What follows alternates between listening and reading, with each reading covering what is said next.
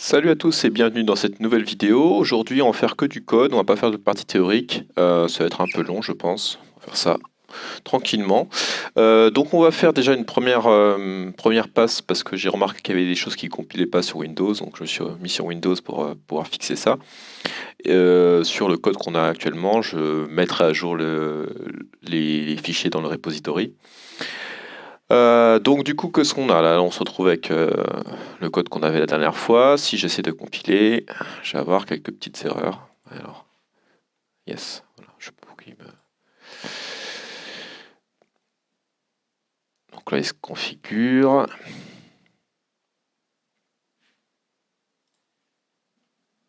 Ok, donc il y a quelques problèmes là. Alors attends, il y a quelques problèmes qu'on va régler. Donc déjà, il n'aime pas ce type de déclaration là avec du C++11 sur Windows. Donc je vais faire comme ça. Ok, et pareil ici.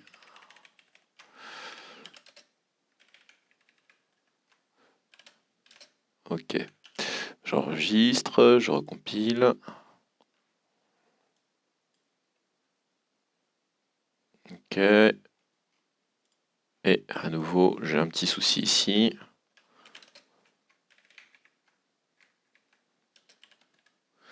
J'enregistre, je recompile. Alors là, il n'y a que des warnings hein, qu'il faudrait logiquement régler. Mais surtout, on a un problème, ça compile pas parce qu'on a ce message-là. Link error cannot file m.lib. Alors ça vient de notre fichier cmeclist. Parce que ici on a mis ça, alors que ça c'est valable que sur Linux et macOS probablement. Donc je vais faire un if unix. Comme ça s'exécutera pas sur Windows. End if. Ok, j'enregistre. Je reviens sur CMake et là logiquement ça compile sans problème. Enfin, s'il y a des problèmes, mais pas d'erreur. Donc maintenant, si je vais là, on va vérifier que ça s'exécute bien. Donc c'est dans build et c'est dans debug, logiquement, ouais, c'est ça. Donc je vais prendre un fichier obj là, hop. Ok, ça va bien générer une image qui s'appelle test.bmp et qui nous affiche le contenu de notre obj. Très bien. Donc maintenant que ça compile sur Windows, je vais faire en sorte d'ajouter l'ASDL. C'est une librairie graphique qui va nous permettre d'afficher une fenêtre et d'avoir les mêmes commandes quel que soit l'OS. Donc pour télécharger, alors pour Windows il faut ajouter un dossier, pour Linux on peut l'installer sur le système. Donc je vais commencer par Windows, donc on va sur libsdl.org et en haut à droite il y a écrit Get the current stable avec un lien qui nous permet de télécharger, donc je clique sur le lien qui nous permet de télécharger la dernière version stable de la SDL. Donc là, il y a tout un ensemble de fichiers que l'on peut télécharger. Nous, ce qui nous intéresse pour Windows, c'est celui-ci. Pour le compilateur Visual Studio. Si vous allez être dans un autre compilateur, bah, il faut choisir le compilateur adéquat. Mais nous, on utilise Visual Studio, donc on va utiliser celle-ci. Donc je la télécharge.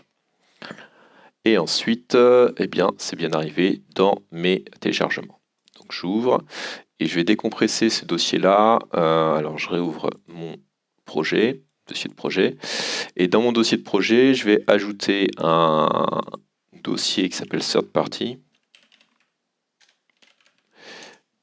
Et j'aime bien séparer du coup les librairies externes du code qu'on a écrit. Donc les librairies externes, je les mettrai dans third party si besoin.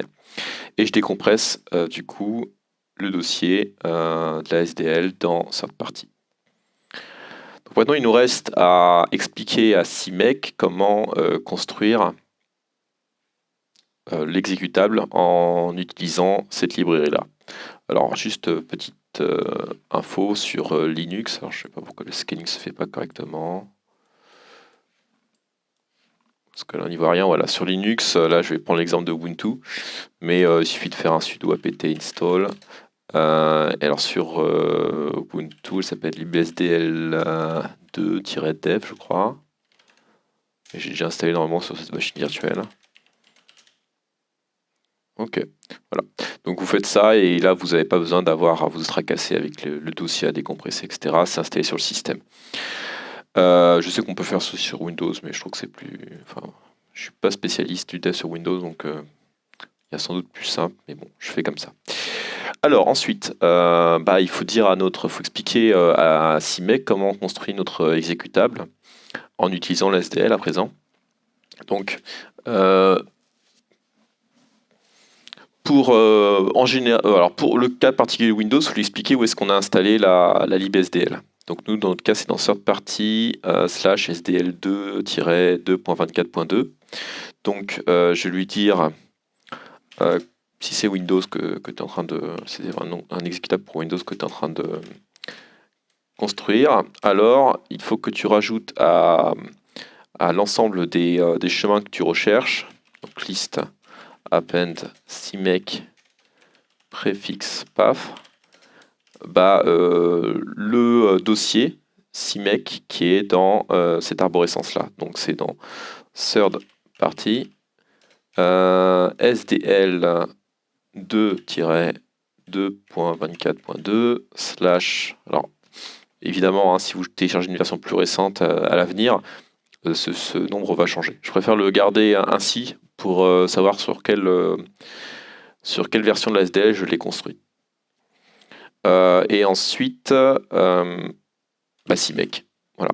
C'est le dossier CIMEC qui contient les informations pour que CIMEC sache comment linker cette librairie-là à notre exécutable. Alors d'ailleurs, je vais faire un truc, j'ai ajouté le lien vers la release en question. Ok. Et ensuite, il suffit de faire un find package SDL2. Et si ce package a été found, ndif, alors, dans tous les cas, que ce soit Windows, Linux ou macOS, j'imagine que ça marche aussi sur macOS, tu lui dis qu'il faut que je link l'exécutable, que je link la librairie SDL2 à l'exécutable GenImage. Donc l'exécutable GenImage, private, SDL2, SDL2, SDL2. Et pour le cas de Windows, il y a quelques étapes supplémentaires à ajouter. Déjà, il lui faut une librairie supplémentaire. C'est GenImage private SDL2 SDL2 main. C'est avec un M minuscule. Et ensuite, il faut aussi lui dire, une fois que tu as compilé en linkant à cette librairie-là, il faut aussi que tu ajoutes le DLL dans le même répertoire que l'exécutable que tu as construit. Donc pour ça, je vais faire add custom command et je vais faire du coup ça concerne la target GenImage et c'est après le build, donc post build, et j'exécute la commande suivante, donc CIMEC, command, et je lui passe l'argument suivant, je lui dis il faut que tu exécutes un copy si c'est différent. Et à partir du fichier target file .sdl2 et tu me le copies dans target file dir GenImage. Faire la parenthèse et elle était déjà fermée, ok. Et là normalement ça devrait fonctionner. Alors oui, il se plaint parce que j'ai pas mis un CIMEC minimum required. Donc je vais le mettre de suite, un CIMEC minimum required. Et on va lui demander au moins la version 3. Ok, donc là ça a l'air de fonctionner. Si je build, on va voir ce que ça donne. Donc là il est en train de faire son construction, très bien. Donc il a réussi à build le truc.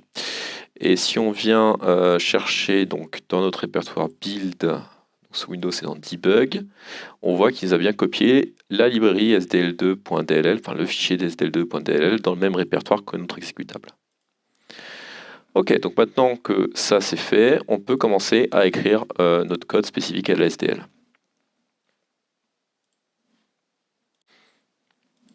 Donc, déjà, qu'est-ce qu'on va... On va avoir besoin d'une fenêtre. Donc, je vais commencer par ouvrir une fenêtre. Donc là, on a la taille de l'image. Donc, ça va être plus vraiment la taille de l'image, ça va être la taille de notre fenêtre. Bon, je vais supprimer les commentaires. Et ensuite, SDL. Donc, on va avoir besoin d'un objet SDL window. Alors, c'est du C, hein, la SDL. Donc, si vous voulez l'utiliser en C, ça marche très bien. J'utiliserai le paradigme d'objet parce que c'est finalement un objet. Mais en fait, le nom précis, c'est une structure, quoi. Renderer. Je vais avoir besoin d'un renderer.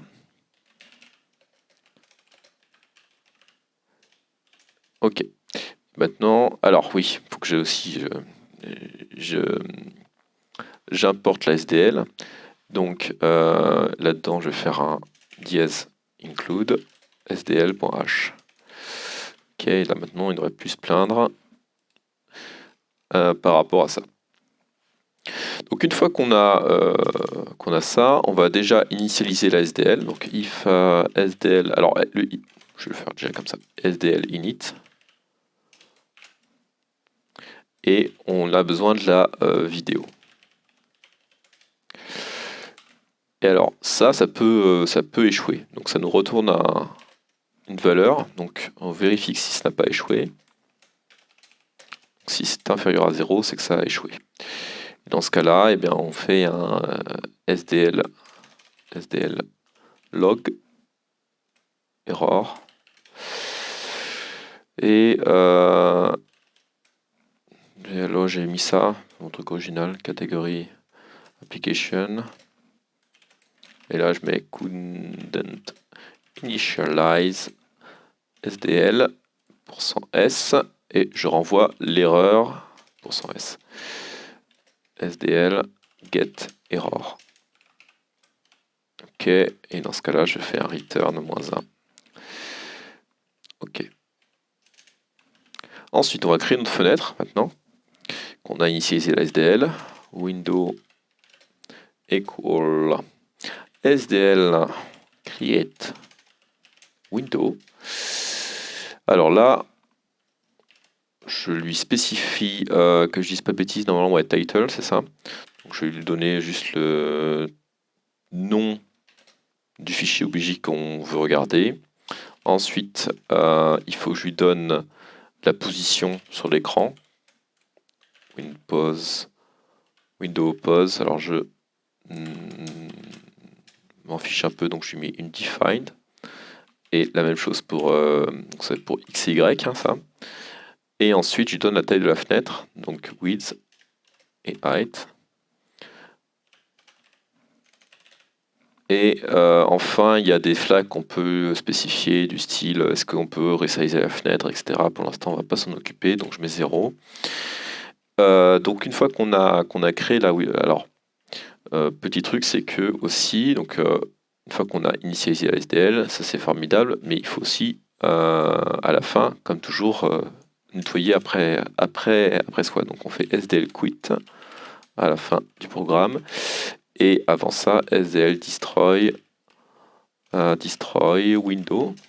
Et je passe le pointeur vers la fenêtre que j'écris. Ok. Donc là, on a notre fenêtre qu'on vient de créer. Il faut aussi créer notre renderer. SDL create renderer qui va être utilisé pour la window. Et l'index 0, flag -1, flag, voilà. Alors ensuite, on va vérifier que ces deux éléments ont bien été créés. Null pointer, renderer, null pointer. Si l'un des deux n'a pas fonctionné, on va faire un SDL log error, SDL log catégorie. Ah bah il avait fait SDL log category application could not create window and renderer %s SDL get error. Normalement, je sais pas si ça fonctionne très bien ça parce qu'il doit l'écraser. S'il n'a pas créé la window et qu'il a du coup il va pas créer le renderer, il faudra le mettre après chacun des trucs. Je suis un peu flemmard, je vais laisser ça comme ça pour l'instant. Return -1, très bien. Ok, donc dernier, alors création de l'image frame buffer, ça je vais supprimer pour l'instant, hein, j'en ai pas besoin. Je vais peut-être en avoir besoin plus tard, mais pour l'instant j'ai commenté tout ça plutôt. Ok. Et je vais même mettre tout ça avant.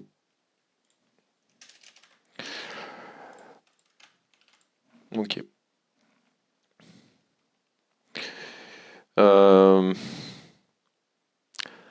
Donc là, si on exécute actuellement le programme, on peut essayer. On va être un peu déçu. Donc ça, c'est bien buildé, c'est déjà bon signe. Et là, si je prends ça, je vais supprimer. Alors, déjà, il faut que je prenne un fichier OBJ. Où est-ce qu'il est mon fichier OBJ? Il doit être sur le bureau. Hop. Donc, je lui donne un fichier OBJ en argument. Ça s'ouvre et ça se ferme immédiatement. Voilà. Ce qui se passe, c'est que... je suis un peu perdu là dans mes fenêtres. Ce qui se passe, c'est que du coup, bah, il crée bien la fenêtre, il crée bien le renderer. Et puis, immédiatement après, il quitte. Voilà. Donc, je vais rajouter juste SDL renderer class. SDL renderer class. Non, clear, pardon. Voilà, clear. Donc, on va nettoyer notre renderer avant l'exécution du programme. Voilà. Donc,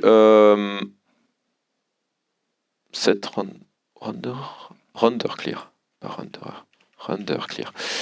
Donc là, ce qu'on voudrait, c'est quand même garder la fenêtre affichée à l'écran et la fermer une fois qu'on veut quitter réellement l'application. Donc on va utiliser ce qui s'appelle une event loop. Donc je vais créer une petite variable qui s'appelle bool quit égale false. Donc on ne va pas quitter au démarrage. Et on va faire une boucle while. Et ensuite, déjà, on va chercher. Alors, on va avoir besoin d'une variable SDL event. Event.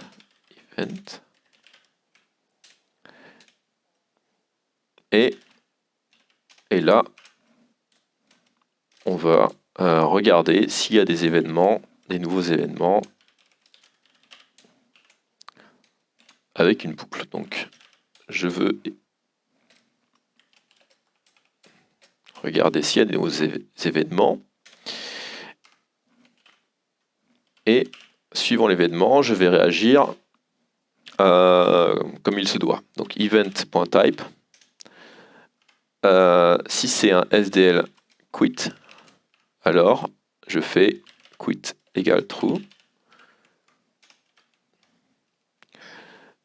Sinon, je fais rien.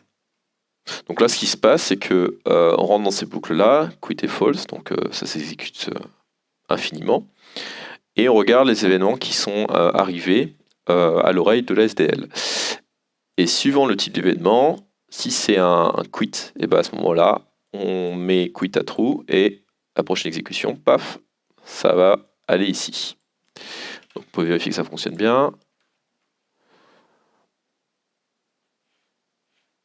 Alors est-ce que j'ai... Ouais, j'ai le copier là, parce qu'à chaque fois j'ai... tout réduire sinon. Ok.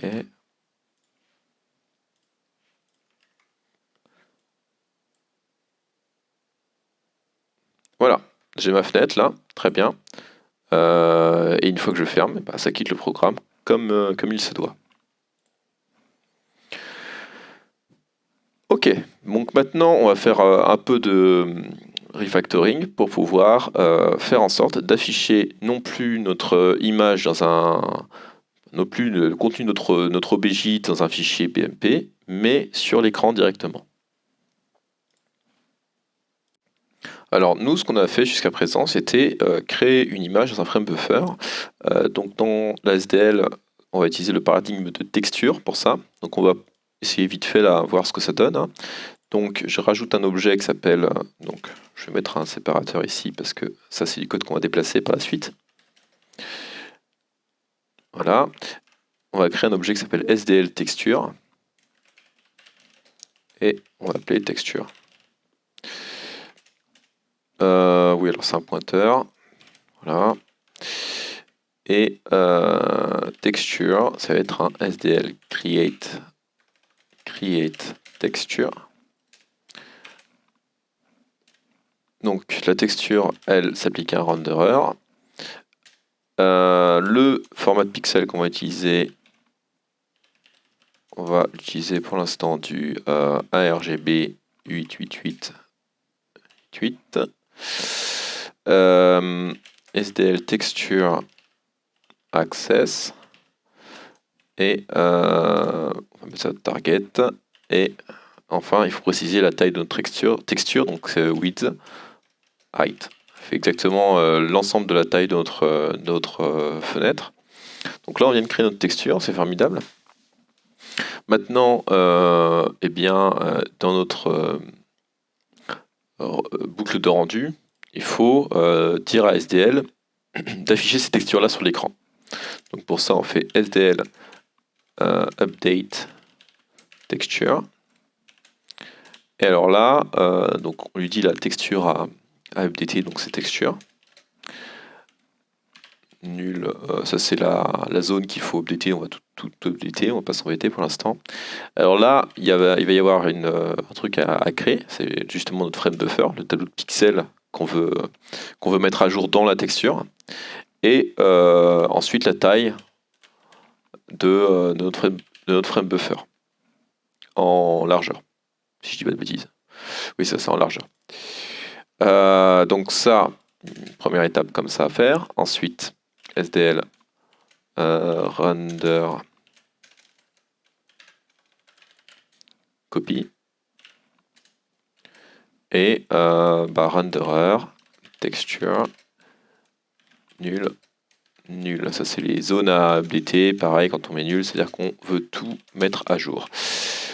Et enfin, SDL render present renderer et c'est bon, voilà.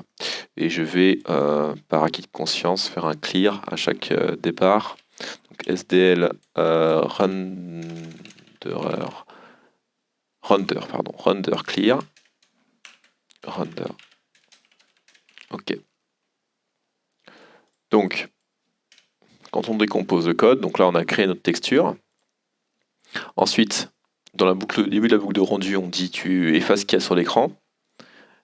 Tu mets à jour la texture, cette texture-là. Cette texture-là, maintenant, il faut que tu la copies vers le renderer. Donc ça peut être ça va être votre carte graphique en l'occurrence. Et ensuite, tu dis bah ça faut l'afficher sur l'écran. Voilà, en gros à quoi ça correspond. Donc il y a ces deux inconnus encore qui nous restent à écrire.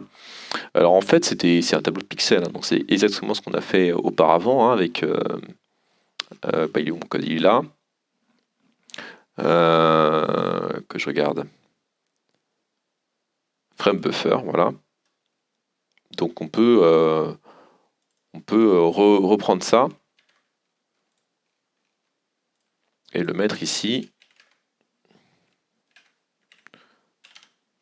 Ok. Et dire, en fait, alors je vais faire un truc un peu plus propre, peut-être quand même. STC vector BMP color. Et on va faire de new. Il fait une taille de width par height.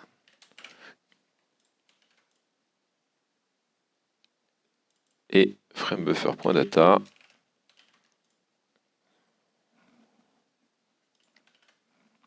Ok. Donc, là, je peux lui donner le pointeur vers la zone de mémoire à mettre à jour, et ensuite la taille d'une scanline, donc width fois size of BMP color. Ok, donc ça normalement ça devrait s'exécuter correctement et ça devrait nous envoyer une image noire, logiquement. Donc si j'exécute ici, toc, et voilà, j'ai une image noire. Donc si je veux mettre par exemple frame buffer point, je sais pas moi, au milieu de l'écran, width sur 2. Alors, attends, comment ça marche 4 fois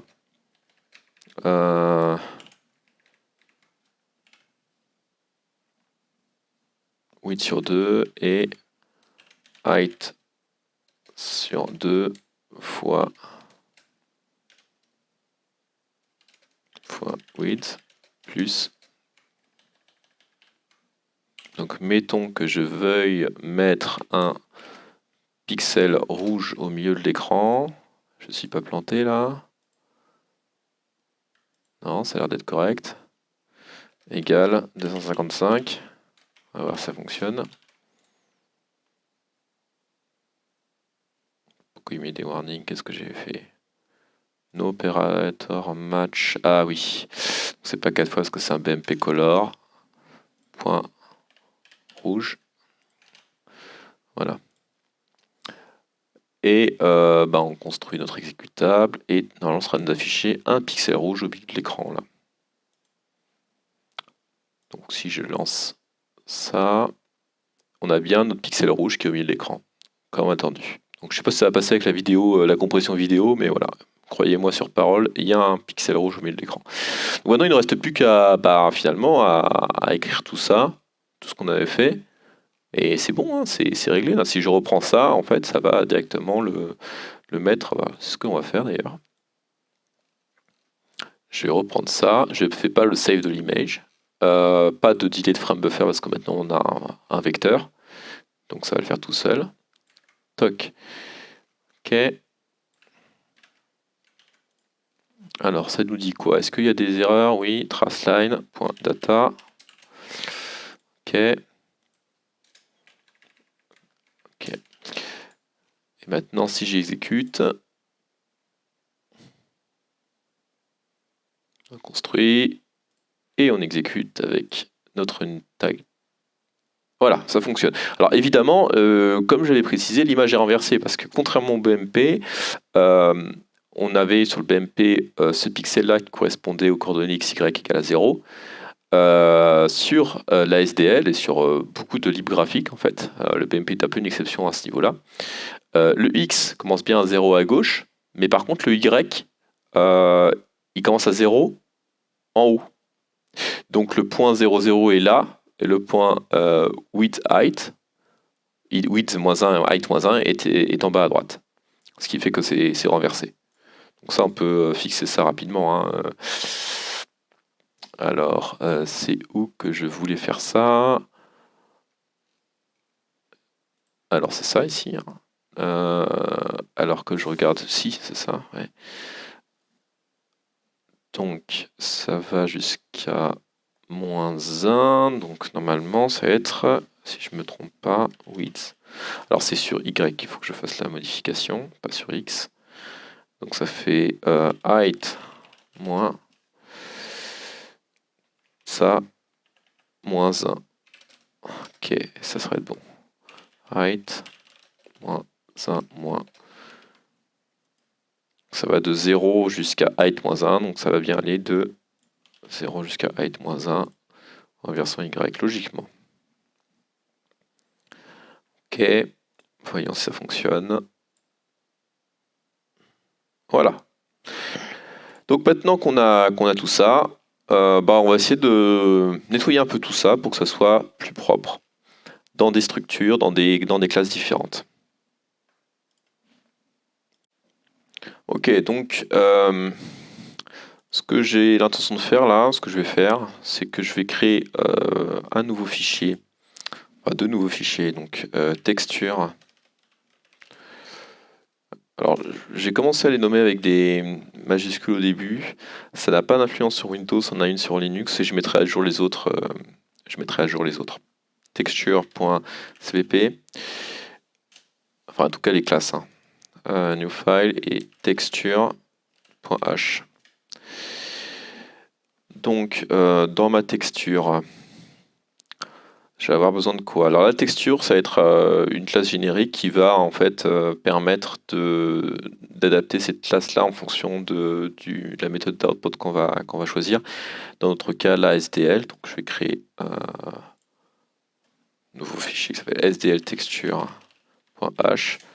À la base, j'avais fait ça parce que ça permet de facilement adapter le code, de sorte à ce que si on n'a pas la SDL qui est installée, ça à la place d'afficher la fenêtre, ça reprend le code initial ou ça enregistre un fichier BMP. C'est pas forcément nécessaire, mais voilà. Donc pragma once, comme d'habitude. Et ensuite, qu'est-ce que j'ai besoin? Donc je vais faire une classe texture. Ok, j'oublie pas mon petit point virgule à la fin. Et en attribut public, je vais mettre un constructeur qui prend en argument une width et une height. Ensuite, je vais avoir besoin, alors, include vector, et je vais avoir besoin, je vais mettre protected, parce que ça je vais m'en servir dans les, d'un vector. Je vais le prendre un vecteur de byte. Frame buffer. Et on va garder aussi en mémoire la taille de notre frame buffer. Ok. Alors je vais scinder ça en deux, ça va me permettre d'écrire l'implémentation en même temps. Donc include texture.h et on va écrire notre constructeur int width, int height. Donc notre frame buffer, normalement ça va être faire 4 fois width fois height. Voilà. Notre width, elle vaut width. Et notre...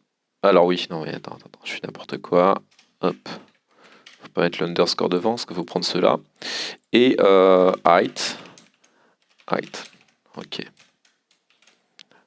Il fait rien d'autre. Logiquement, il fait rien d'autre. Enfin, pour l'instant, on n'a pas besoin qu'il fasse autre chose. Alors je peux quand même checker, je vais faire un, je regarde son implémentation que j'avais, include, std except, je vais lever une exception tout de même si on a des valeurs négatives ou égales à 0 pour width et height, if width inférieur ou égal à 0, height inférieur ou égal à 0, throw std runtime error, et je vais lui dire que invalid texture width height, texture dimensions. Ok, c'est pas si mal de voir ça. Ensuite, on va avoir besoin de quoi? On va avoir besoin, en fait, c'est notre classe. Il faut qu'on puisse de temps écrire des pixels. Donc, je vais faire un virtual void put pixel int x, int y, ça ce sont nos coordonnées de pixels. Et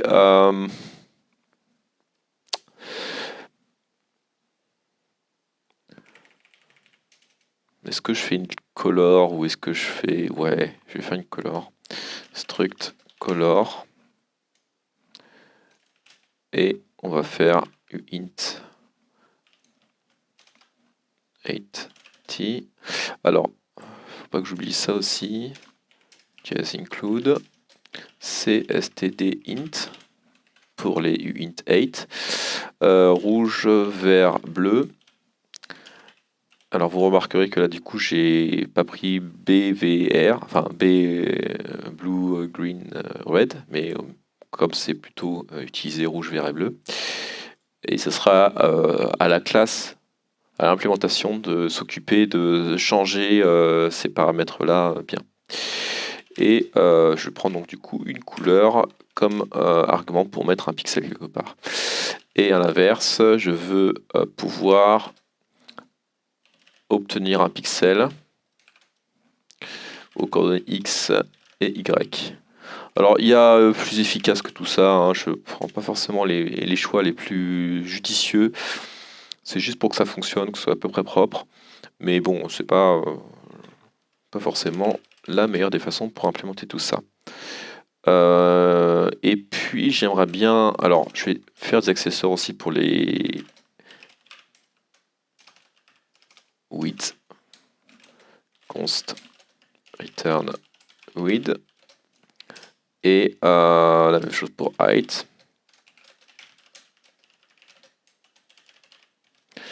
Ok.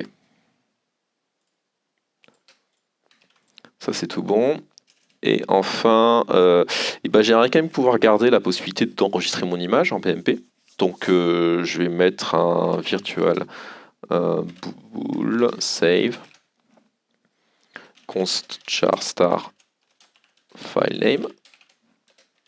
Ça ne modifie pas le contenu de notre classe, ça me permet juste d'exporter cette image-là dans un fichier BMP. Alors pour l'instant je l'ai appelé save, parce qu'on peut imaginer qu'à l'avenir on utilise une librairie externe pour pouvoir supporter plein de types de fichiers et suivant l'extension on puisse sauvegarder dans un format de fichier différent. Donc on va s'attaquer maintenant à l'implémentation de tout ça. Donc void texture, put pixel, et puis donc c'est tout bon ça, hop. Donc, première chose, on vérifie qu'on est bien dans le cadre de notre image. Donc, if x inférieur à width et x supérieur ou égal à 0 et y inférieur à... D'ailleurs, je vais mieux le mettre comme ça. On commence par 0, on finit par width. Y supérieur ou égal à 0 et y inférieur à height. Ok, pourquoi il me sort ça? Acheter. Ok.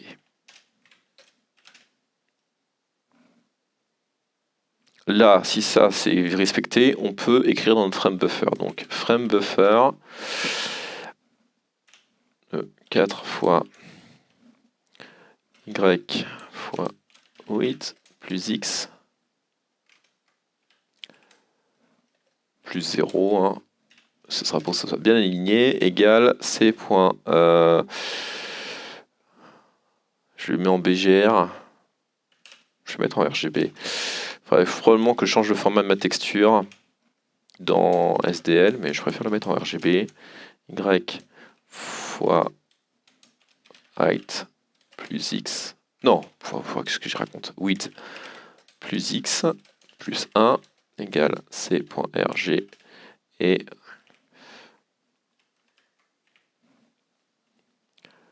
euh, 2b et le alpha, on va mettre ça à 255.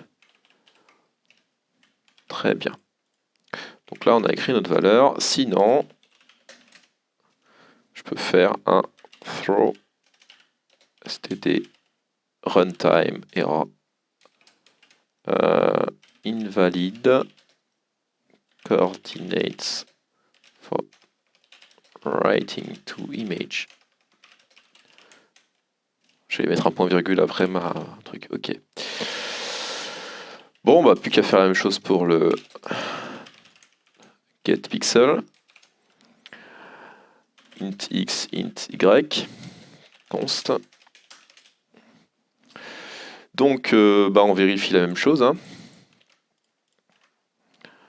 Sinon on risque d'accéder à une zone qui ne nous est pas autorisée. std runtime error.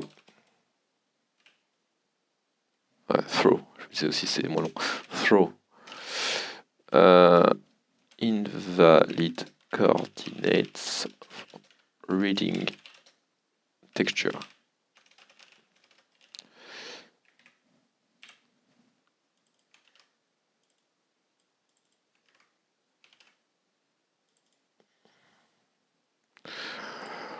Ok. Et ensuite, eh bien, alors, il y a plusieurs choix hein, pour le get pixel. On peut retourner un pixel. Je vais mettre return.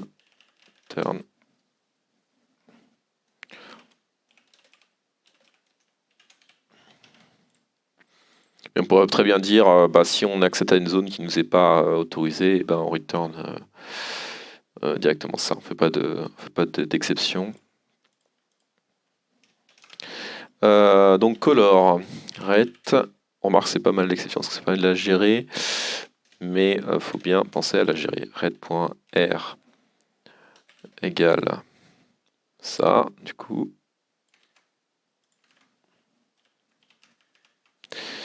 Green et blue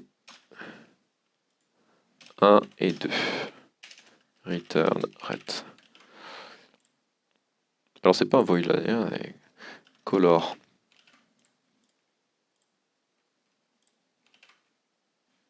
Je vais mettre un C majuscule.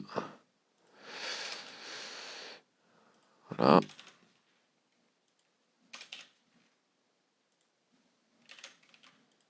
Ok. Et il ne nous reste plus qu'à procéder à l'enregistrement. Alors là, on va reprendre notre bitmap.cpp. Ce que j'avais mis là-dedans, oui, ça va nous servir ici. Je crois qu'il faut que j'ai fait une petite bêtise ici d'ailleurs, je me suis rendu compte. Oui, je vais voir, il va me le dire, mais il faut bien penser à Unpack, ce que je n'ai pas fait sur les précédentes vidéos, pour qu'il est optimiste pour le reste des structures. Donc, ça, j'en aurai besoin pour écrire mon fichier BMP. Donc, bool,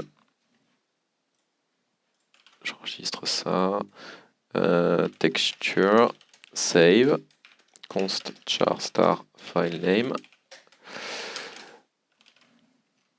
On va la tester après, hein, celle-ci. Turn true. Et ensuite, on va aller chercher dans notre bitmap.cpp ces deux trucs-là, ces trois trucs-là même. Je vais tout prendre. Voilà. Et on va corriger ce qui ne va pas. Alors, ça c'est facile. Size of BMP color x 4 du coup. On va mettre ça comme ça. Donc je rappelle, il faut que ce soit aligné sur un multiple de 4. Donc rouge, vert, bleu. Alpha généralement, mais certains, là le fichier BMP qu'on écrit ne supporte pas l'alpha, donc c'est ignoré. Donc 4 octets. Width height, ça c'est préfixé par un underscore, ça appartient à notre classe. Bits per pixel, 4 x 8, 32. Ok. Et là, il va falloir que on s'occupe de faire une traduction de notre format local à un format BMP. Donc, on va faire un std vector de uint8t. Et ça, on va appeler frame BMP frame buffer. Et il fait width par height. Et je vais mettre le 4 en début. Voilà. Donc, maintenant qu'on a ça, il suffit d'inverser, enfin que les skylines, que la première skyline se retrouve la dernière skyline, et ainsi de suite. Inverser l'ordre des skylines, faire un miroir sur l'ordre des skylines, donc ça revient à faire int y égale 0, donc ça c'est notre première skyline, on finit par jusqu'à height moins 1, et y++. Alors déjà, lui, je vais lui dire que c'est ça, data. Alors, d'ailleurs, je me rends compte qu'il y avait une erreur là, hein, parce que c'était marqué en dur test.bmp. Hein. Donc du coup, ici, le nom du fichier, c'est filename. Ok. On vérifie tout ça, c'est parfait. Et du coup, c'est 4 octets. Voilà. Et je mets à jour ces deux éléments-là. Ok, donc là maintenant il suffit d'inverser les skyline. Donc on prend l'index correspondant dans le BMP. BMP, ça c'est égal à height moins 1 moins y, si je dis pas de bêtises. Avec un ht, à chaque fois que je me plante. Et int, voilà. On peut rajouter une assertion d'ailleurs. Est-ce que j'ai les assertions qui sont... include, c'est assert. Ok. Ça, y BMP supérieur à ou égal à 0. Y BMP inférieur ou égal à... Non, inférieur à height. Comme ça, on est tranquille. Assert. Ok. Et ensuite, il suffit de faire un même copie. Alors le même copie, est-ce que j'ai string.h? Non, il faut que je rajoute string. Non, c'est string. Ok. Donc là, je vais faire un même copie de la skyline. Donc même CPY. La destination, c'est BMP frame buffer. Mais alors attention, c'est pas 0. Donc je vais prendre l'adresse de BMP frame buffer à la valeur Y BMP. Donc ça fait 4 fois Y BMP fois width. Si je dis pas de bêtises. Ok. Ça, je peux retirer les parenthèses. Elles ne servent pas. Alors, je vais les mettre les uns en dessous des autres. Ça sera plus lisible. Et la source de la copie, c'est notre frame buffer local. Et lui, cette fois-ci, c'est à 4 fois Y fois width.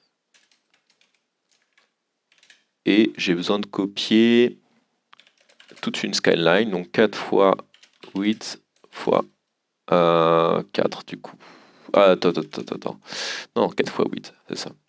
Fois size of uint 8t, juste pour être bien expressif, mais ça revient à faire, c'est un octet. Ok. Donc ça fait 4 fois 8. Ok. Donc là, logiquement, ça va être correct. Ça aurait bien traduire. Alors, il y a un autre truc, en fait, j'ai pas pensé. Oui, parce que j'ai pas du tout pensé à ça, effectivement. Donc, en fait, je vais pas pouvoir faire la même copie. Alors, color avec un C majuscule. C'est un peu dommage, mais tant pis. Pourquoi il y a une erreur ici? C'est un const. Et il y a un petit truc, en fait, qui va m'obliger à passer pixel par pixel. Donc, en fait, ça, c'est pas bon, malheureusement. Je vais du coup faire un for int x égale 0, x inférieur à width x++. Bon, je suis un peu déçu, c'était assez élégant de le faire comme ça, mais ça va pas marcher. Donc ça, plus x plus 0. ça correspond à...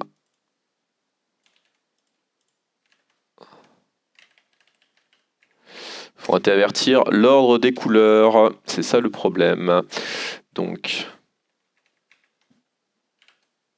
plus x, plus 3 du coup, c'est ça. Attends, 0, 1, 2, non, 2. Ok. Et bye bye mon joli code. Donc 1 et 2. Donc 1 ça ne change pas.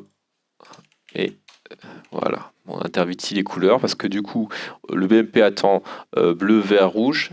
Et nous ce qu'on a c'est rouge, vert et bleu comme ordre. Donc il faut intervertir les couleurs. Ok, ok. Ça serait marché, on testera tout à l'heure. Et donc ça va faire à la fois le flip de Y, donc, inverser horizontalement, faire un miroir horizontal sur l'image, et mettre les couleurs dans le bon ordre. Donc là, normalement, on a tout ce qu'il nous faut pour écrire un BMP. Alors, déjà, on peut maintenant rendre ce code compatible avec, avec ce qu'on a comme nouvelle interface. Donc, faisons ça.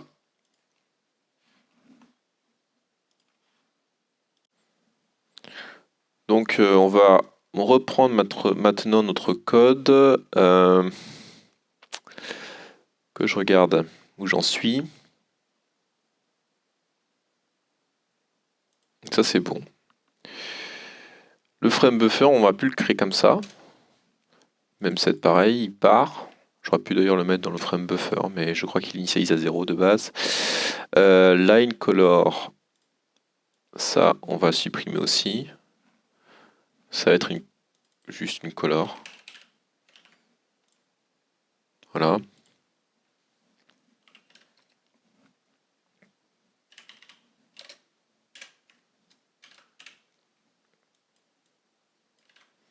Alors il faut évidemment que j'ajoute texture ici.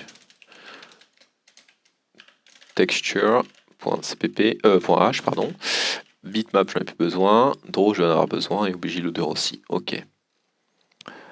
Donc là, cette fois-ci, donc on a notre couleur. Il faut, à la place d'initialiser, de créer une frame buffer, et on va créer une texture. Donc cette texture T, elle va avoir la taille width et height. Ok. Et ensuite, eh bien, ça ne change pas. En revanche, ça va changer.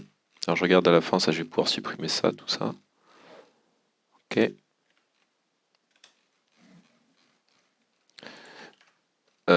Et ma texture, une fois que je l'ai écrite, je vais la sauver dans test.test2, je vais même l'appeler .bmp.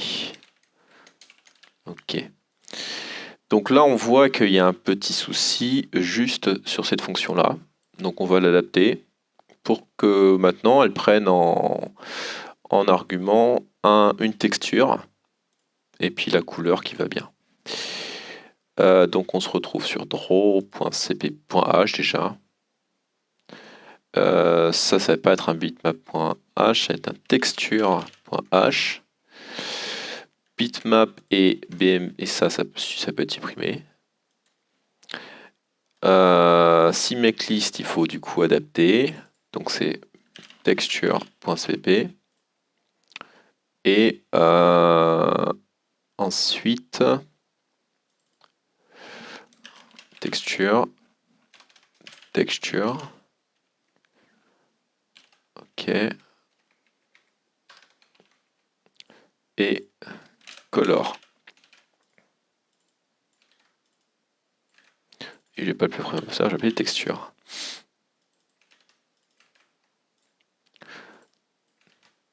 Voilà. Et dans draw.cpp,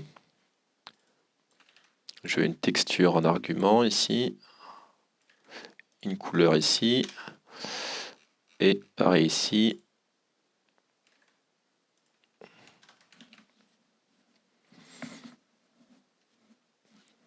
Ok, ça c'est tout bon. Et maintenant, il ne me reste plus qu'à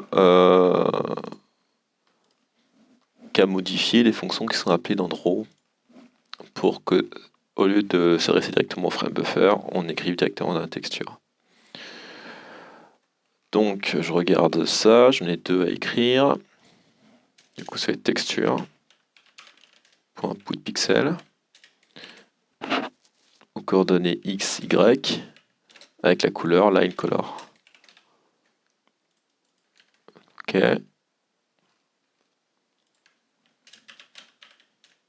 PutPixel, x, y, line color. Ok. Et pareil ici.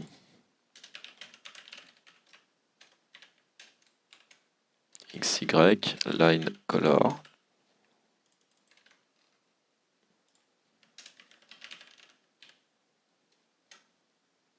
PutPixel, X, Y, line color.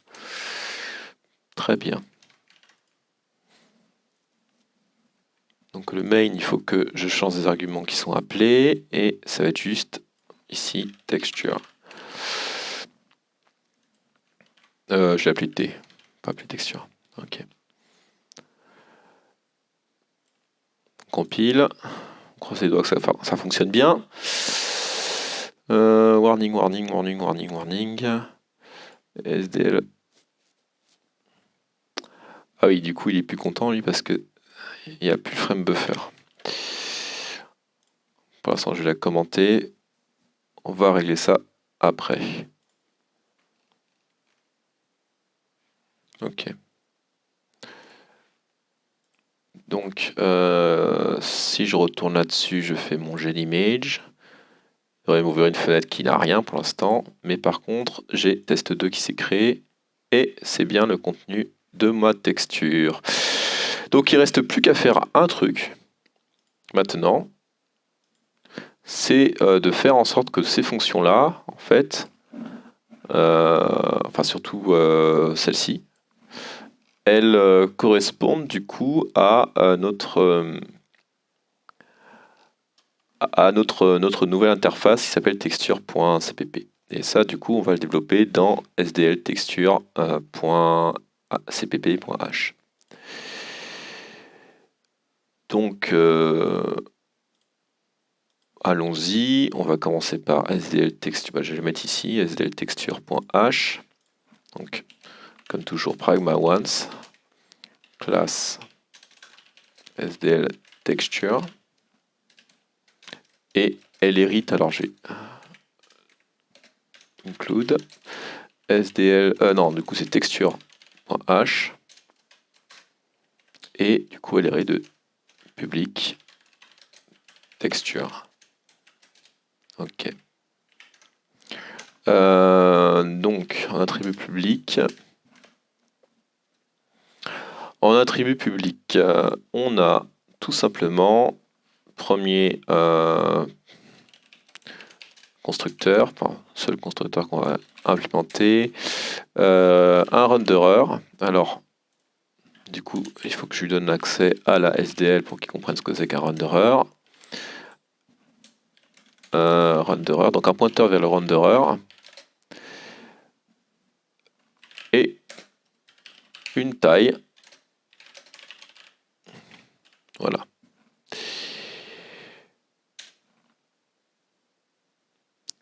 Et puis,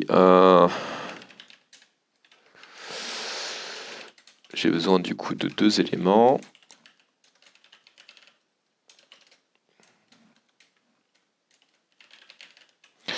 Alors celui-là, c'est un pointeur vers le render, c'est pas moi qui le manage. Par contre, le SDL texture, c'est moi qui vais le créer.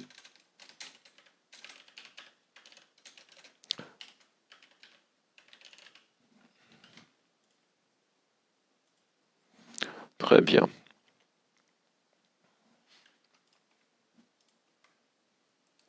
Et je vais rajouter une fonction qui s'appelle refresh. Et alors ça, je vais l'ajouter aussi dans le texture.h.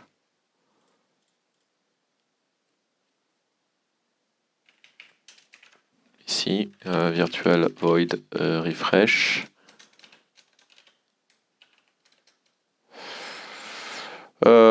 Ok. Et l'implémentation dans la texture générique, elle va correspondre à rien du tout.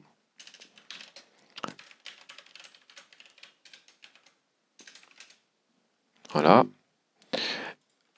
Ça c'est bon. Et par contre, dans texture, SDL texture, ça va être un override. Et là, on va faire des trucs. Ok. Donc là, j'ai tout ce qu'il me faut. Je sais pas pourquoi c'est rouge. Ah oui, parce qu'il faut que j'ajoute SDL texture.spp à cloud SDL texture.h. Alors je veux là, ici. Ok. Pas besoin de l'avoir ici. Ok.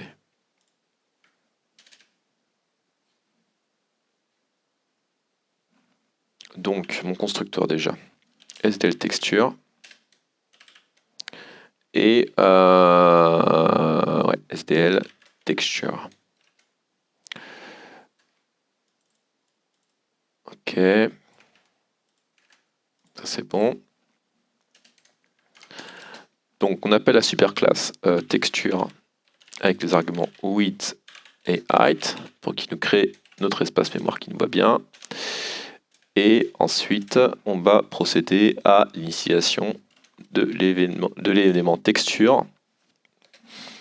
SDL, donc ça c'est comme on a vu tout à l'heure, create. D'ailleurs, je vais faire un copier, enfin couper. Ok.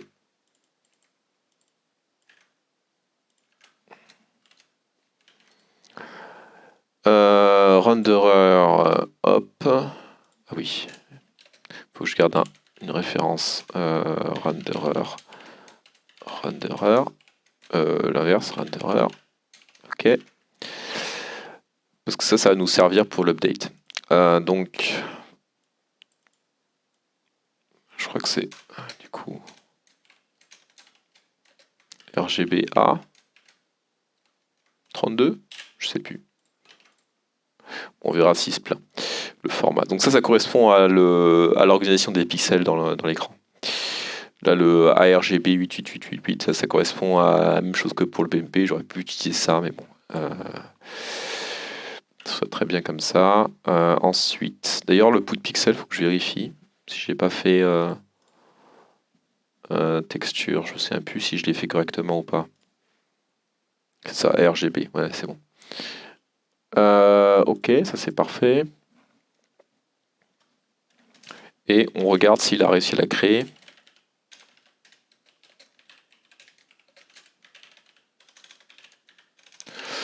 Alors, je rajoute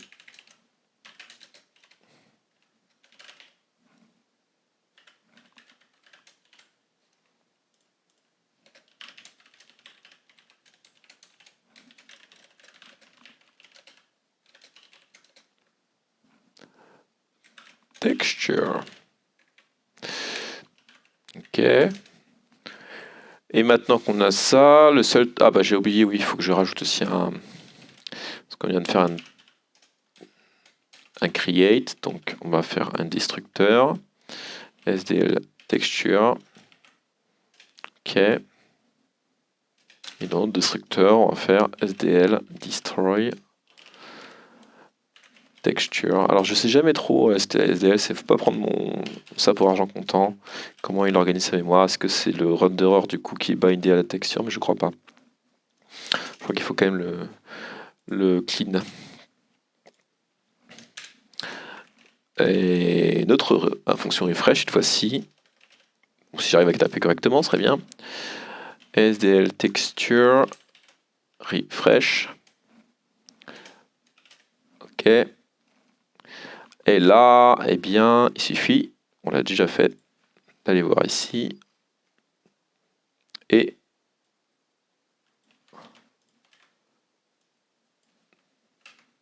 de prendre ça. Donc là, le texture c'est texture, frame buffer.data et width x 4. Ok. Logiquement, alors oui, render avec un underscore, parce que c'est une variable de classe.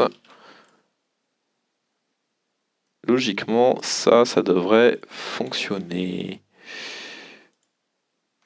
Parfait. Alors, je vais rajouter dans mon CMake-list ici, src SDL texture. Ok. Et si je build, ça me dit quoi? Je suis sûr qu'il y a des erreurs, non? J'ai le sentiment qu'il va y avoir des erreurs. Non, même pas. Bon, je vais fixer ça après. Hein. Ça va être une longue vidéo, mais au moins on aura quelque chose d'un peu plus propre à la fin. Donc si je mets... Ah bah non, parce que là il faut que je... Pour l'instant j'ai rien fait avec ma texture SDL. Donc très bien, on retourne sur main.cpp et cette fois-ci on va pas utiliser texture, on va utiliser SDL texture.h. Ça on supprime. Toc. Et on va créer notre texture. SDL texture. Texture. Alors, renderer, width, height. Très bien. Et ici, alors ça on peut supprimer. Et on va tracer dans notre texture. Ok. Alors texture.save, j'en ai pas besoin. Ok, très bien. Et ici, il faut bien penser à refresh la texture. Texture.refresh. Ok. Que je regarde. Ça a l'air pas mal tout ça. Donc j'essaie de build.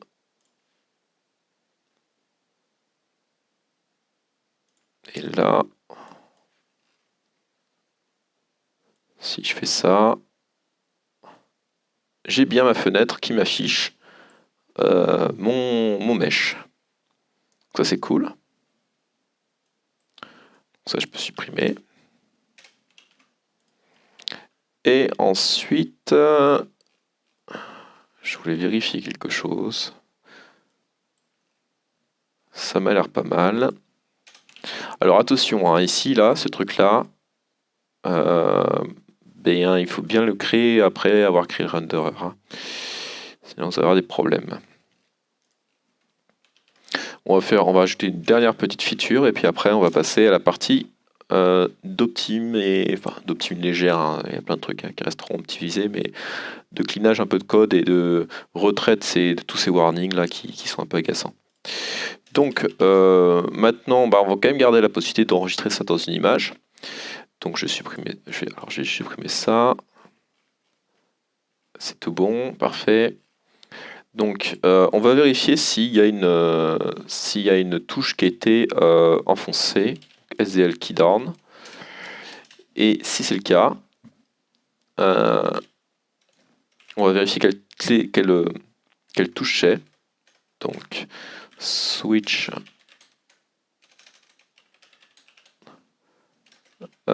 du coup c'est dans event.key.keySim.sim. Ok. Case SDLK F12. Donc si on appuie sur la touche F12, on dit que on aimerait bien enregistrer, faire une capture d'écran. Donc texture .save et là on va faire screen.bmp break default break. Est-ce que ça fonctionne? Je compile. Ok, très bien. Je vais faire ça. Donc on va voir à côté. Je vais faire un F12. Et c'est bon, ça s'est enregistré. Parfait. Je vais faire un dernier petit test. Il a l'air d'être content avec le format. Cette fois-ci, je vais le faire en jaune. Mon monkey, parce que là, du coup, on verra si ça a été bien enregistré dans le bon ordre au niveau des couleurs. Ok. Alors, screen et test 2, on les supprime. On met ça là. C'est bien jaune ici, ok, ça c'est une bonne nouvelle. Est-ce que c'est jaune sur le screen? Ouais. Ok, eh bien écoutez, c'en est fait pour cette partie-là. Deuxième partie de la vidéo, je vais faire des petites optimisations pour que ça charge un peu plus vite. Alors on a vu qu'on avait quand même quelques warnings. On a des warnings d'une part. Alors je vais faire un clean rebuild.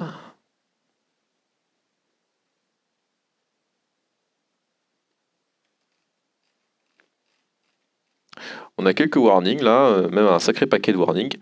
Et ça, c'est jamais bon de les laisser. Donc on va déjà fixer tous ces trucs-là. Donc alors il n'est pas content parce que je compare des signés et des non signés. La height, elle doit être non signée, c'est ça? Ouais. Bah du coup, on va la caster, hein. On va faire ça.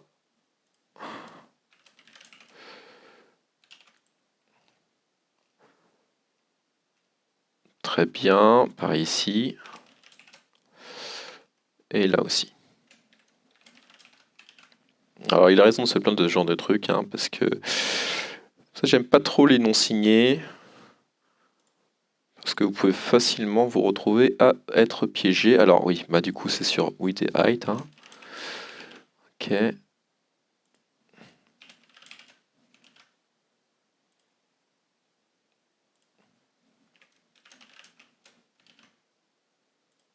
Et là aussi.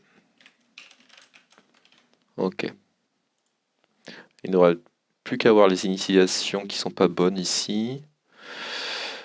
Ok, initializing from float to integer. En effet.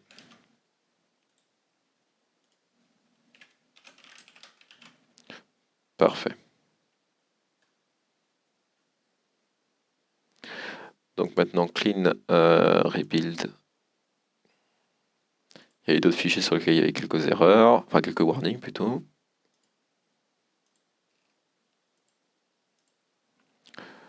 Alors, c'est quoi? C'est du float? Non, c'est du integer. Ah, effectivement, oui. Alors là, c'est d'ailleurs une très bonne remarque, parce que là, ça va être casté implicitement. Or, moi, ce que je veux, c'est pas ça. Moi, je veux que ça soit au plus proche. Donc là, ces deux-là, et les suivants aussi, il faut que ce soit déjà int, et ensuite std round de ça. Et pareil ici. Alors, je sais pas trop d'ailleurs dans quel ordre il faudrait que je les mette. Si, ça va être tout le truc là. Int, std round.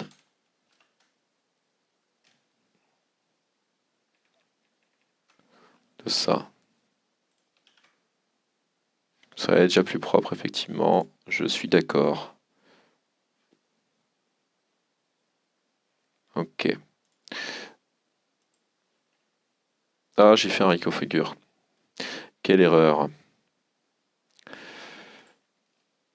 Bon, bah, on va attendre un petit peu. Ok. Ok, parfait. Hop. Il n'y a plus d'erreur. Ah, tiens. Plus de warning, peut-être. Plutôt. Clean rebuild. Et ben c'est très bien, on n'a plus de warning.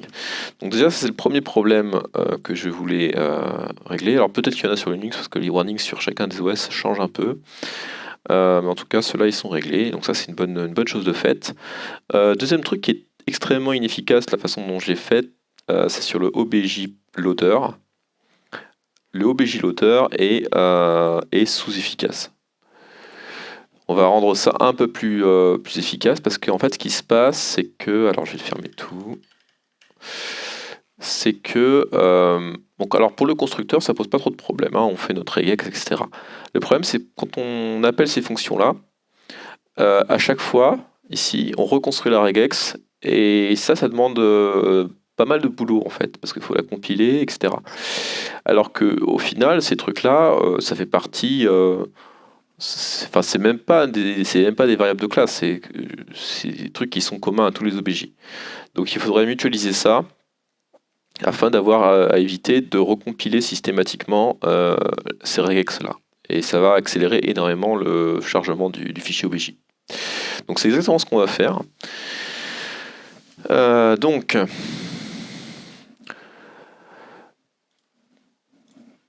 que je regarde ce que j'ai implémenté avant pour pas trop me planter parce que c'est assez confus sinon. Donc je vais prendre pareil, là j'ai splitté ici ça et je veux celui-ci. Donc ce qu'on va faire c'est que à la place d'avoir ces variables là, on va les faire statiques parce qu'effectivement elles ne dépendent pas de notre... elles sont communes à toutes les instances de cette classe là. C'est des spécifications quoi. Donc float regex string static const std string int regex string static const, donc on avait besoin de plusieurs trucs en string aussi, c'était les face elements, face el 100, static const std string, je vais copier ce truc là parce que face element 101 str et face element 111 str. Ok, ensuite on va faire nos regex, vertex et regex. Alors à savoir, hein, là, enfin moi j'aime bien, je vous l'ai montré pour l'exercice de la vidéo, mais en pratique on utilise des librairies externes hein, pour faire ce genre de trucs. Hein. Ça sera plus efficace que si on les recode nous-mêmes. Hein.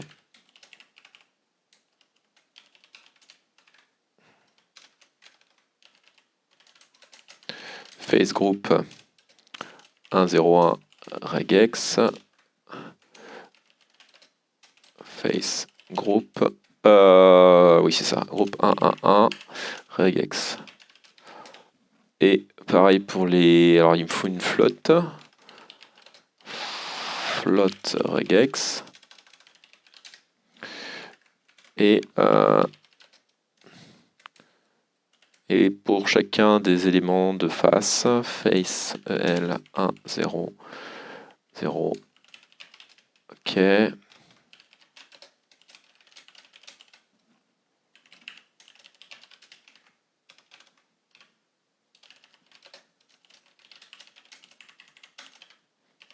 Ok. Donc là, normalement, j'ai tout ce qu'il me faut. Alors, c'est pas content parce que maintenant, le type regex, j'en ai besoin là-dedans. Très bien. Ça me paraît pas mal. Alors, j'aimerais aussi que ces trucs-là ne fassent plus partie de ce fichier-là. Donc, je vais faire un nouveau fichier qui s'appelle geom.h. Et je vais prendre ça, je vais mettre ça là, pragma once. Ok. Et je vais faire un include de geom.h. Ok. Ok. Donc là, on a créé toutes les variables dont on avait besoin. Et maintenant, il ne reste plus qu'à les construire. Donc, on va les construire ici. Const std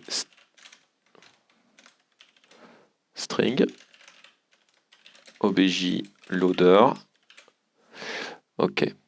Ça, je vais copier parce que j'en aurai besoin un paquet de fois. Float rgx str.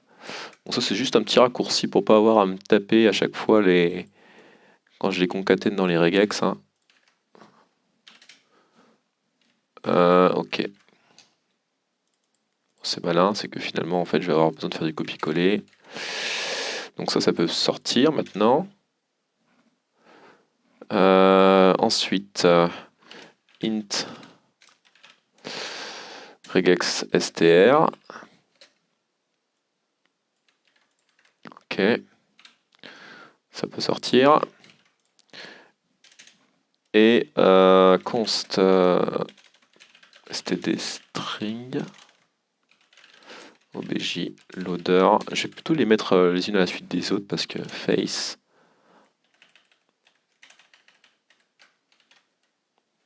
Attends, je vais les faire comme ça. Ça sera quand même un peu moins laborieux. Ok. Ok. Ok. Ah oui, c'est comme ça.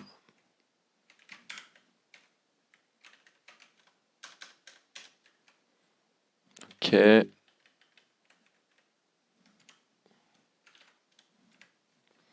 Et pour les regex, voilà.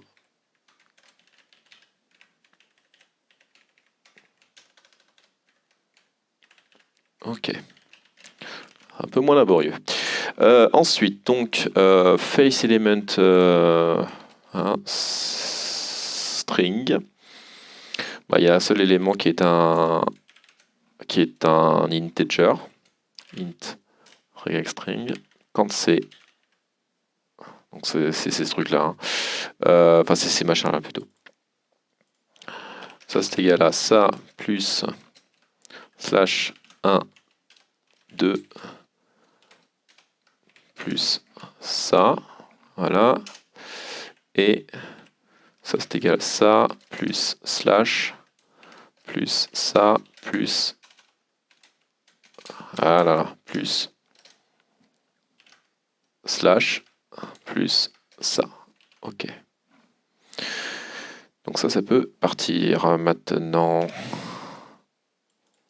Vertex group regex, donc c'est celle-ci. Hein. Je vais la copier.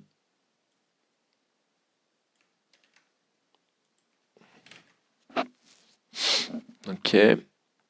Float regex string, donc ça c'est obj loader float regex string. Ok.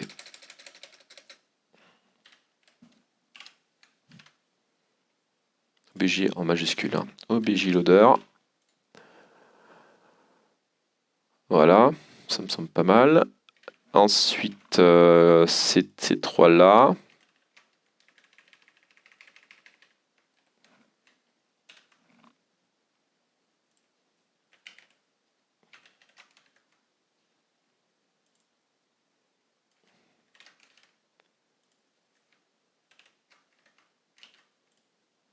Oui, d'accord. Ça m'a l'air correct. C'est des strings. Hein. Voilà. Ça me semble correct tout ça. Je sais pas pourquoi peut-être qu'il est en train de parser le fichier, j'en sais rien. Donc ça sort, plus besoin. Pourquoi il veut pas le face group? Ah, parce que, attends. Oui, j'ai des underscores entre les deux. Qu'est-ce que j'ai fait, moi? Il manque une série de strings? Ah non, non, non, c'est ça, oui, c'est exactement ça. Face EL. Faites ça. Ouais. C'est celle-ci. Ok. Et la dernière partie. Donc ça c'est un obj loader float regex. Obj loader face EL. Je vais mettre ça comme ça en placeholder. Très bien. Donc ça c'est 1, 1. Et ça c'est 1, 1, 1. Logiquement, tout ça, ça a l'air d'être cohérent. Ok. Donc là maintenant, il faut que je remplace par les bons noms.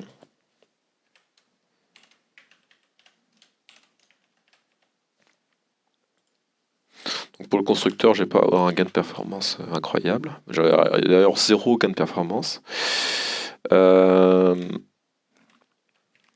Par contre, le gain de performance va être monumental pour l'appel de ces sous-fonctions-là. Enfin, quand je dis le constructeur, c'est sans compter ça. Et ça, effectivement, là, ça va être monumental, le gain de performance. Donc ça dégage. Float regex, voilà. Ça, c'est pareil. J'ai appelé comment? Si c'est face regex. Non, c'est... Attends. C'est quoi déjà? C'est face... EL. Attends, je vais quand même vérifier ça. Oui, c'est ça. C'est face EL. En fait, c'est un integer. Hein. Face EL 10.0 regex. C'est ça, c'est parfait. Donc ça, on peut supprimer. Ça va aller plus vite. Pareil ici. C'est toujours face group que je l'ai appelé? Ouais, c'est toujours face group. Ok.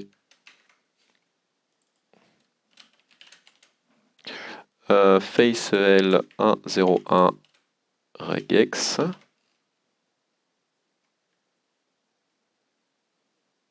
Ok. J'aurais juste vérifier quelque chose. Attends. Face EL, hein, j'ai mis. Est-ce que j'ai mis Face EL? Oui, c'est ça. C'est cela. Ouais, non, c'est bon. Ok. Que je remplace pas par une autre regex.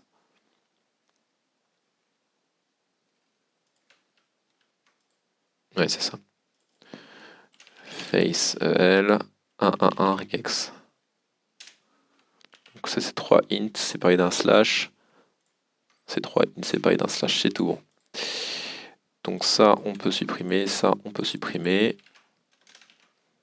Donc là, logiquement, parce que par des variables... Alors là, il n'était pas content aussi. Size, pushback, current polygon. Current polygon, c'est un integer. Et ça doit être un uint. Effectivement. D'ailleurs, il faudrait rajouter un test supplémentaire ici. Hein. C'est pas très propre tout ça.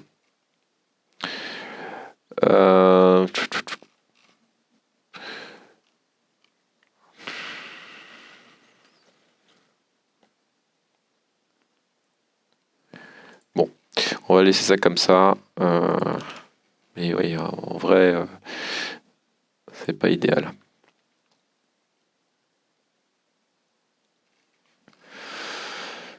Code 0, ça a fonctionné. Là, donc, logiquement, si je le charge, alors il est en debug, hein, mais je suis trompé de truc. Ah bah il veut pas l'exécuter. Qu'est-ce que j'ai fait? C'est malin. J'ai réussi à casser tout. Ok, bon, j'ai trouvé où se cachait mon erreur. Donc, c'est juste ici, là. C'est cette ligne-là. Donc, c'est pas float regex qu'il faut construire à partir de float regex. Ça veut rien dire, ça. C'est float regex str. Et là, normalement, si je build, ça devrait fonctionner. Ok, c'est bon, ça a été build. Et voilà, ça fonctionne bien. Donc, dernier petit truc que j'aurais quand même gérer, c'est ça. Vertex IDX inférieur à... du coup, ça peut aller jusqu'à width. Donc, current polygon... Non, c'est pas current polygon, c'est vertex buffer size. Ok. Et là, ici, du coup, faut que ça... If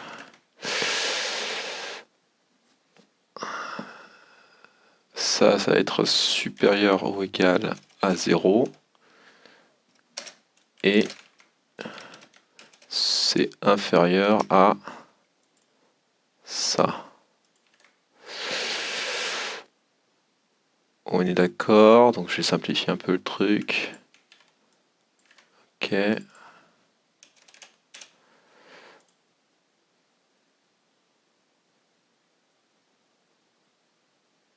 Non, attends. Vertex idx moins là. Et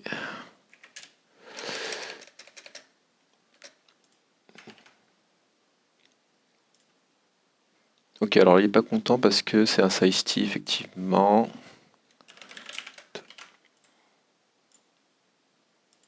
Et ça, int. Ok.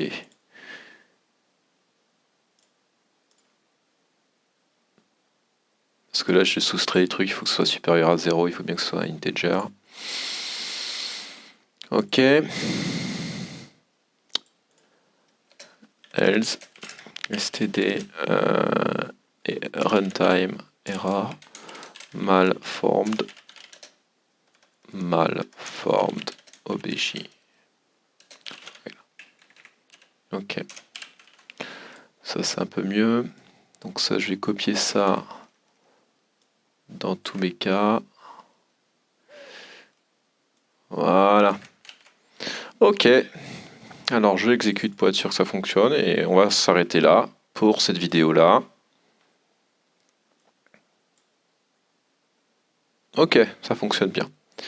Voilà, donc à présent, on a notre fichier OBJ qu'on peut directement afficher dans sur une fenêtre. Et en pressant F12, eh bien, on peut faire une capture d'écran qui correspond du coup au contenu de notre fenêtre. Voilà, et bien écoutez, on se retrouve une prochaine fois. À très bientôt. Ciao.